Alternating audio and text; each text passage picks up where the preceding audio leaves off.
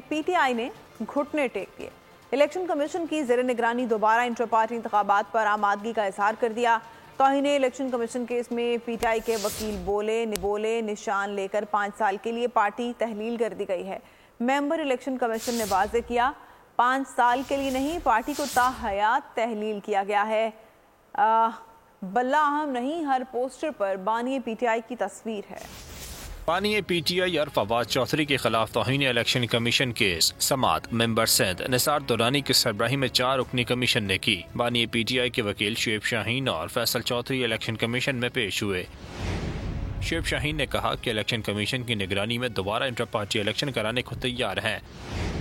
نشان لے کر 5 سال کے لیے ہماری پارٹی تحلیل کر دی گئی، جس پر ممبر اکرم اللہ خان نے کہا کہ پارٹی کو تا حیات تحلیل کیا گیا ہے۔ شعیب شاہین نے کہا کہ 8 فروری کے بعد سماعت رکھ لیں۔ تاثر جا رہا ہے کہ الیکشن کمیشن ایک جماعت کے خلاف ہے۔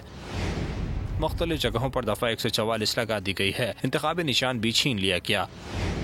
ممبر کے پی اکرم اللہ نے کہا بلہ اہم نہیں، لوگ بانی پی ٹی آئی کو جانتے ہیں۔ بانی پی ٹی آئی کے وکیل نے مزید کہا کہ الیکشن کمیشن گواہوں کے بیانات 15 فروری کے بعد قلم بند کرے۔ بعد ازاں الیکشن کمیشن نے بانی پی ٹی آئی کے خلاف توہین الیکشن کمیشن کی سماعت 20 فروری تک ملتوی کر دی۔ سبسکرائب کریں اور بیل دبائیں تاکہ کوئی خبر رہ نہ جائے۔